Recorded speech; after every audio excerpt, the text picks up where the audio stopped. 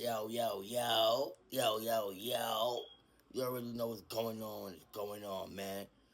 Back with another one, man. You are? You are? Welcome to Daily Talk for X-Pac, man. You already know what's going on, man. Get right or get left. Find yourself before you find yourself by yourself. Play lotto, don't play me. You might win, you heard?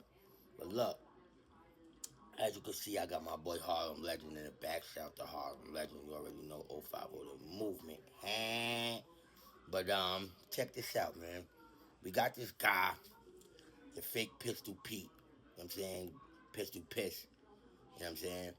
You know, he back on the chopping block again, man, with some more goofy nonsense, man. You know what I'm saying? You ain't even make it right and apologize. You didn't even make it right and apologize, man. Not yet. Not like you got a podcast. When you gonna make the public apology to the brothers that you insulted? But we're gonna jump into this content, man. You know what I'm saying? We're gonna see what's going on, man. For those of y'all that don't know what's going on, y'all gonna catch up, man. We can watch this thing together. Let's get into it.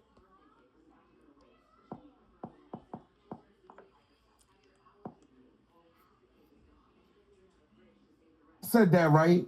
Terror Squad Pistol Pete, he makes a statement, but it might not be exactly what y'all want to hear. This is Harlem Legend, no cap, no track. Shout out to Harlem Legend for the content. Shout out to Harlem Legend for the content.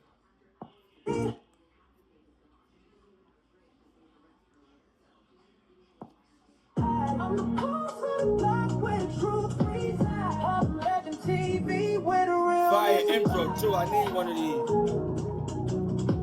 Need me an intro like this, man.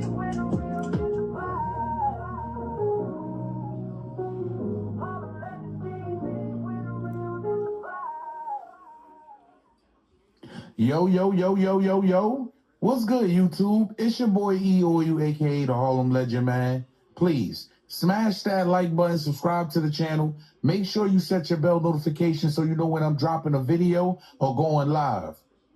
Pistol Pete from Terror Squad makes a statement concerning the Kasaki riots. Right. Remember, I gotta take that back because we gotta break it down the proper way.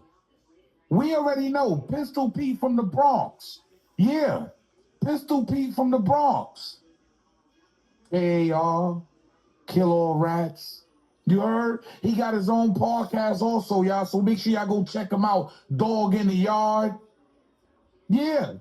Been around for decades, y'all. Been putting on for the BX for decades. He's the real Pistol. He recently made a statement on a podcast, and when I tell y'all, it's made waves all over the internet. Everybody's in an uproar. A lot of the African American, you heard the black men, a lot of the black men are in an uproar. Hold on. We are in the uproar. We are in the uproar. Because he lying. Big cat. Big cat. I was up north. I wasn't in Kaksaki. I was in the Burn, Clinton, Sing Sing, 5 Point, Upstate box, Lakeview box, Cayuga box. Like 5 Point box. I was in a few different places. I was in Comstock and Transit because I caught a new one. Like, you know what I'm saying? So, like, I know for a fact what he's saying and about to say is all caparoo. All cap. We're gonna dive back into this content though. Let's see what the OG's gotta say.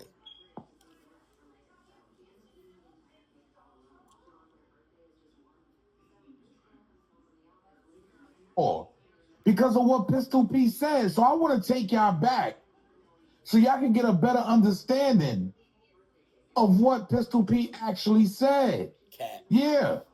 Cat. Man, it was devastating. Pay attention. This is real exclusive, bro. I went and I told everybody that was in my unit, everybody that was black that I know, like my, guard bodies that I know. King Sean, yo, lock in, stay in your cell. Yo, Muhammad, stay in your cell. Why you telling me to stay in my cell, Pistol? Stay in your cell. You know what I'm saying? All right, boom. So I told all my black friends, stay in the cell. We went out to the yard. Boom. Hold on. The guys. Hold on. First of all, it's no telling your black friends to stay in the cell because the black friends don't want to know why they staying in the cell. They got friends out there, Muslim brothers, God body brothers, blood brothers, Rastafarian brothers. Like, you know what I'm saying? So, like, people from their neighborhood, they grew up with people they grew bonds with over the years doing bigs.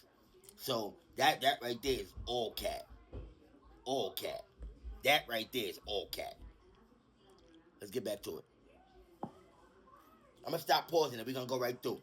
Ran down on the guy that cut the other black kid. They all ran down on him, almost killed him, an inch away from his heart, took him to the hospital. Now the whole jail was closed. Yeah. Now they open the jail again, and I go back out there, and I say, okay, on this date, this is what we're going to do. This day, we're going to go out there, we're going to put the Puerto Rican flag in the middle of the flag, and we're going to stab everybody that's black. And I did that. I went out there and we did that. We put the flag on, I stabbed everybody. And the guy that was, the main guy that was getting away, he was handcuffed, shackled. They was escorting him out. Yeah. And I ran down, chased the police down, backed them down, and cut him out in front of the police. Wow. And they took me to the cells, they took me to the showers, and put the beats on. They smacked me so hard because I had to raise in my mouth. I got away with it. I got away with it. And the police was looking at me from the tower, and they turned me around. I'm like, and I was like, yeah, it's time to spit it. And I was like, then the fuck, he stabbed his mouth. He got in his mouth. And it was like, and they took me to the thing, and they were like, take it out your mouth, smacking me. And for the first time in my life, I almost swallowed it. Now I thought about swallowing the joint. As y'all can see, yeah, this started a back and forth with the blacks on the internet. Everybody was, in an uproar. Everybody's talking about this. Everybody's talking about what's going on. Because it's cat. The OGs came out and spoke out, right? Yeah. Wild Bill. Shout out to Wild Bill from the Bronx. He came out. He spent over... It's all cat. That's why we in the uproar. That's why we feel away. That's why. Because he capping. Are you fucking shitting me? Stop it, dude. Stop it. Stop it. I mean, even the real pistol Peter Rolak. 25 years behind the wall. He spoke about what actually went down. He called it cap right away. Pay attention.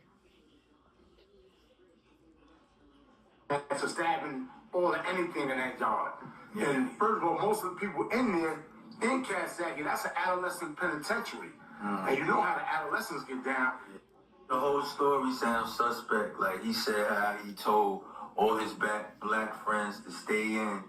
He told them to stay in because he knew he was about to go out there. He said he had a friend who had cut somebody and it was on him. So because they was on his friend and they almost killed his friend, he told all his black friends to stay in while he go ahead and cut every other black person on the yard. It just didn't sound right. Like, if you do that, first of all, and then he said he cut somebody right in front of the police. Now, is that possible, Bill? Nah, it's not going down. Let me tell you, first of all, Coxsackie, let me tell you the history of Coxsackie. That is a liar. I don't know what year he said this shit went down in, but I know for sure the year I was in Coxsackie. You know, I was in Brooklyn, always been deep in Coxsackie. You know, you got Bronx, they deep, they hold weight. Brooklyn always had numbers for some reason, because it's a bigger borough. Yeah. But now for him to say he cut somebody in front of police, first of all, when I was in there, the Chase brothers that had that random center, y'all, whole barn, all of them, the officers that's in front of the unit, they could open the doors and look, because you got doors all around that you could go in and go in different sections in the center yard to go inside the housing units. Because like I said, it's a courtyard, they got doors all around. So you can open up these doors over here and take you to A and B. You open up these doors over here and take you to B and C. Like I said, it's a courtyard with multiple doors. You're not going in there stabbing up everybody. Now, he might have cut somebody. He might have down, cut somebody, got into a scuffle, cut one or two dudes. But you're not doing it. You're not running around stabbing all the blacks or stabbing all or anything in that yard. Yeah. And first of all, most of the people in there, in Coxsackie, that's an adolescent penitentiary.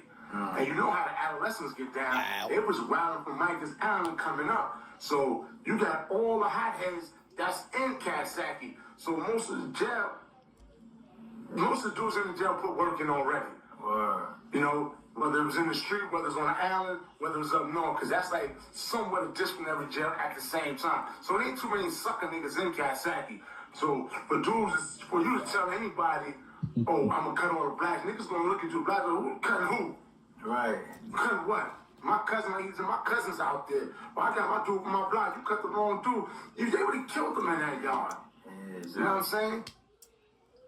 So as you can see, while Bill gave his take on it, he wasn't feeling it. He said, no, sir, that did not happen, right? And then we heard from the Big Fruit Podcast. Shout out to the Big Fruit Podcast. Make sure y'all go subscribe. I gotta be real. He went and got Briz, the guy that actually started the riot, the dude that actually got stabbed. He's calling it cap too. YouTube and the internet with the other Pistol Pete telling the story about the Kaksaki riot in 1990. Yes, sir. Yes, sir. We was thrown off with the story. Like the story itself just threw us off. You know what I'm saying? Actual facts.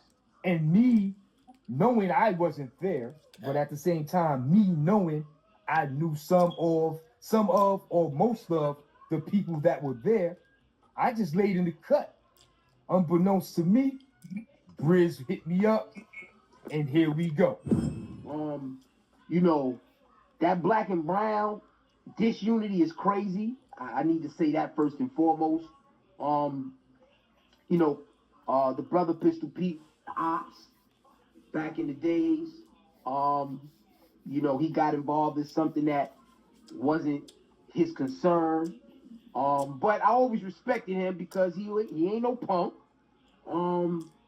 You know, and we was cool at one time. It's just that, you know, they didn't like, I'm the Brandon. My name is Brandon. I'm the brother that they mentioned that the whole thing started from. It's him. July 10th, 1990. I was there. It was me. The brother attacked in the yard while I was playing chess. And he came at me with a weapon. He hit me in the shoulder. I'll keep it kind of short. He was getting the beats put on him because that's what I do. I use these hands. And, you know, Pistol and them, they started converging. They got involved. They was holding him down just on the strength that he was a power rule. Can you hear me, brother? Absolutely. Yeah, we can. We got you. We hear you. All right, you're a great listener. I just want to make sure you can hear me. So, they was holding him down on the strength that he was a power rule. He was Spanish. He was Puerto Rican. And, like I said, I was putting the beats on him. They started converging. In the midst of all the melee, somebody reached over and cut me. I was trying to get my thing out. But police converged on me, took me out. Like I told Fru, I was so tight, I almost got it on with Jake because, you know, I was just mad. You know, I wasn't used to somebody getting the best of the situation. I usually get the best of the situation. Long story short, y'all, none of this ever happened. He didn't cut a bunch of black folk. None of it ever happened. But now he makes a statement, right? And I gotta be real. He's addressing what everybody's putting out there. I see all over the internet, everybody's making a show about Pistol Pete. You would think he would say something about this, or at least apologize and keep it moving like a man would, right? Hold on. Before we dive into what Pistol Pete got to say after all of this, I told you I was cap. I've been it up north in some of the worst maximum facility prisons in the city of New York. So I knew that was cap. But we're going to finish this, man. Let's dive into this. No. Pay attention to what he had to say. I don't have no ops. I don't have no problems with none of those guys. If I see them tomorrow, I wish them greatness because I'm living a different life. That's first and foremost. So salute and blessings to any brother that was involved in that riot. Hold on. So, if you live in a different life, why would you bring up you stabbing a whole bunch of black dudes? You could have just said you stabbed a few people in the yard. You knew what you was doing saying you stabbed a bunch of black dudes. You knew what this shit was gonna cause. Now you got what you wanted, and we on your ass no diddy. That's it. You got what you wanted, now we on your ass no diddy. You the one that said you stabbed a bunch of black dudes, bozo. You could say you stabbed a whole bunch of people in the yard, clown. Okay? In 1990, 35 years ago, when half of you guys that's out here talking shit about it and trying to escalate and create, See, now that's the first thing I want to say. I don't think we're trying to escalate anything. I think a lot of people are black. I think that's the problem. You heard? And if they wasn't around, and I was around from the 90s, right? But if they wasn't around in the 90s or the 80s, I understand that. But they have been to prison. They have been through the same oppressions. So that's why it's stirring up some feelings. Right. You feel me? You can't say, oh, because you wasn't born in the 90s, you wouldn't understand. Why not? Harlem. If I've been through the same oppressions and went through the same system that you went through, of course I'm going to understand. You heard? Not everybody's been in a riot, but some people have been in certain wars behind the wall. So they going to feel it. Issues and all kind of shit, whatever y'all working on, 35 years ago, half of you guys was in your father's balls. Let's move on to that. I represent for my brothers in prison, for my sisters in prison. I take majority of my time without getting paid. I go to prisons, okay, throughout the United States, okay, and speak to a lot of gang members as a motivation. I respect that, y'all. He's running down his accolades. Okay. We don't care. Speaker as a gang specialist. We don't care. Okay, even though I was never involved in no gang, I done stopped plenty things from happening. Okay, in different facilities. So this is where I dedicate myself to. In my own backyard, which is Rikers Island, I go to Rikers Island. We don't care. Every week. I have my own program. I go in there and I do the same. I bring motivation speakers. I bring people that could bring a message to the young brothers and sisters that's in Rikers Island that could tell them that hurting each other is not going to get you nowhere. Because all we doing is hurting each other. You know what I'm saying? And when I go to all these facilities, all I see is black and brown. Okay? So just with that being said, okay, one more thing I'm going to say. Shut up. Okay? And this is my last time addressing this. Okay? I will not address this anymore. Okay? I'm outside. I'm reachable. Any given time, I'm available for anything that has to do with greatness. Okay? So don't get it twisted, man. Gangsters change too, brothers. All right? And with that being said... Hold on. He didn't even apologize. He didn't even apologize to the black people that he offended. You fucking bozo. And then he was about to say some tough shit. Somebody who was behind the camera probably was like, because he switched it up. You saw him switch it up. You a bozo. Suck your mama pussy.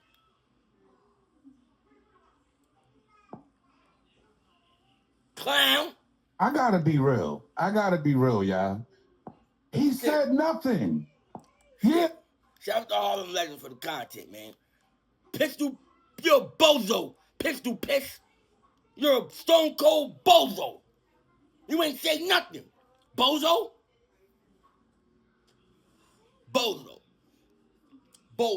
We just addressed the lies and you're a bozo. You ain't even apologize, clown.